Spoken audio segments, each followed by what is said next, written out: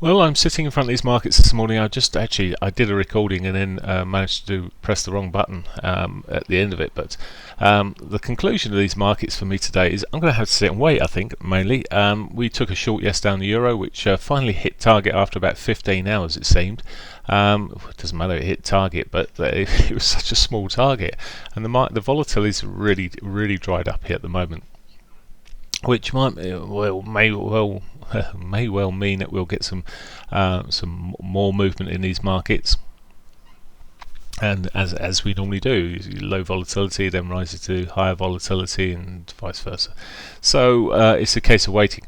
The thing to do for me at the moment is the bigger position sizing, smaller stops and targets as it happens. But if the strategy is there, the strategy is there. But yesterday it finally moved down. There is a bit of divergence running across the lows here on this euro. It could maybe move out of this tightly consolidated. I mean, it's almost moved here as much as it did. Well, it looks like it has most of yesterday. That bar there is bigger than most of yesterday already. Now this may continue through here, and we may get a bigger move. I did wonder with the slowing up here of the smaller bars as it's sort of dropping down there, whether we would get some sort of movement upwards. Well, we've still got an untouched weekly pivot up there at 1070. Who knows? It might be the beginnings, but and there you go, the untouched weekly pivot sitting there, 1070. It may be the beginnings of something in that direction. The movement to the downside was so slow and so tight. Maybe the movement to the upside may be bigger and less tight. But I should watch this post 8 o'clock. But at the moment, sitting on my hands a bit here. 8 o'clock, the pound, right? Okay, the pound, another one. Well, it needs. We got news out at 9:30, which will affect the pound. Maybe retail sales there. It doesn't seem at the moment that any bad news can have really sell the pound. See the pound selling. So with all this movement, I think at some point we may see a spring higher. But it's the elections that have grabbed the markets, and people are looking more so. And it's probably of all elections, it's probably going to be one of the tightest ones, according to the polls. But in reality, it may not be quite so tight. We'll see. But it's a difficult one at the moment. And as I say, bad news. It's really having a little effect. In fact, seeing almost a rally following the bad news. Low data coming out, and as the 9 o'clock bar at 9:30, it just rallied. Yesterday on softer news, and well, we'll see if we get the same today. Maybe we'll get some good news and it'll sell.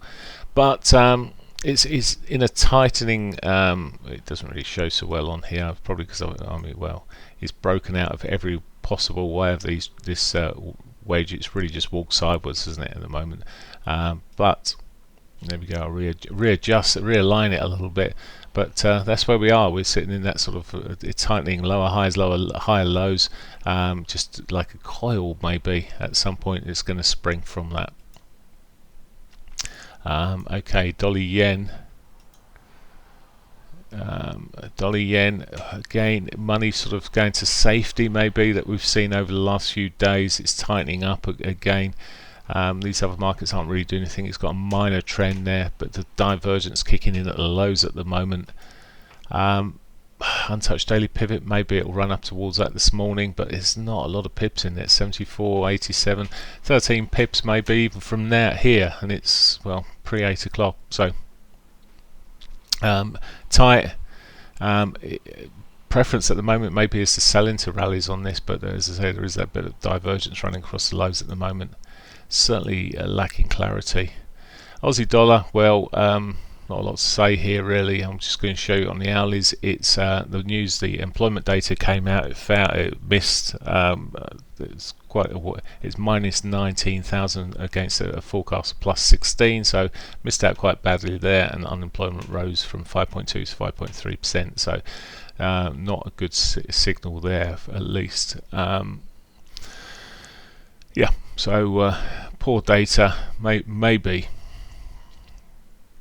we'll pull back as we're seeing this bullish engulfing 60 minutes sort of starting to appear here, but these maybe a bit of dollar selling this morning.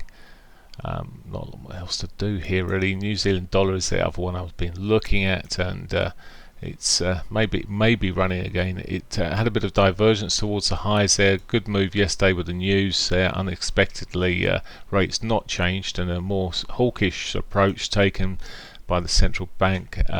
We've had the speaker speak again, the governor there, and it does look like there's potential, so I'll be watching this post 8 o'clock, potential for more of a swing long. I'm sort of looking at this overall position, high lows coming through, a bit of a difficult bit of price action here, but all in all,